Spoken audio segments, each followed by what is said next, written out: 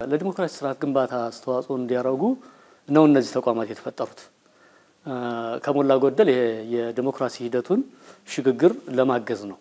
የዲሞክራሲ ሂደቱን ሽግግር ለማገዝ ደግሞ ያስተዳደር በደል የሚባለው ነገር ከሞላ ጎደል መፍትሄ ማግኘት አለበት። ያስተዳደር በደል ቶታሊ ይጠፋል ማለት አይቻልም። በማንኛውም ሀገር ውስጥ ይኖራል እንዲህ አይነት ማል አድሚኒስትሬሽን ማል ፕራክቲስ ይኖራል። ነገር ግን በመጣበት መንገድ ነው በተገቢው መንገድ መርምሮ መፍትሄ መስጠት እንዲቻል ማድረግ ሲቻል የዲሞክራታይዜሽን ፕሮሰሱን ያግዛል። ላለፉት ዓመታት በርካታ ስራዎችን ሰርቷል። ያስተዳደር በደሎች ለመመርመር ጥረት አድርጓል። ያስተዳደር በደልም እንዳይደርስ የቁጥጥር ስራዎችን ሲሰራ ቆይቷል።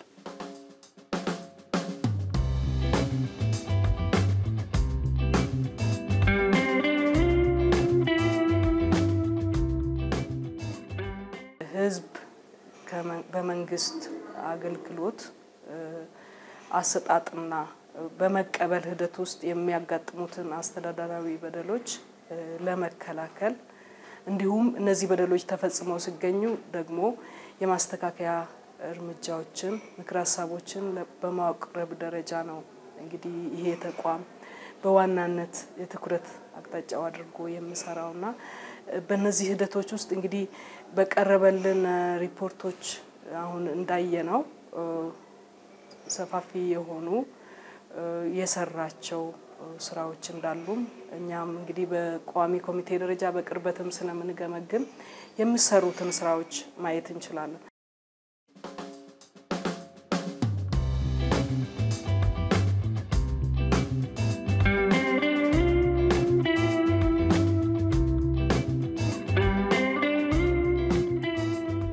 በርዕሰ ውስጥ የሚነሱ የመልካም አስተዳደር ችግሮች በደሎች አስተዳደራዊ በደሎች እንዲቀንሱ በህብረተሰቡ ውስጥም ደግሞ ጤናማ የሆነ አሰራር በተቋማትም ጤናማ የሆነ አሰራር እንዲኖር የሚሰራል።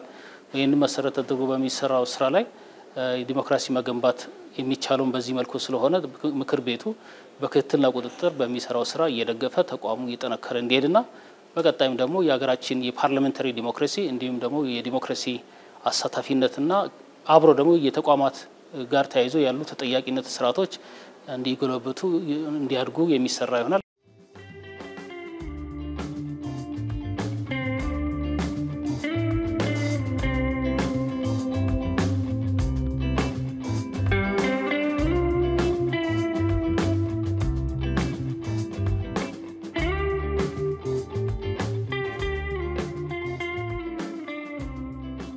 ማህበረሰቡ አለ የሚላቸውን አስተዳደር በደል ሲደርስበት ለተቋሙ በየትኛው መንገድ ማመልከት ይችላል።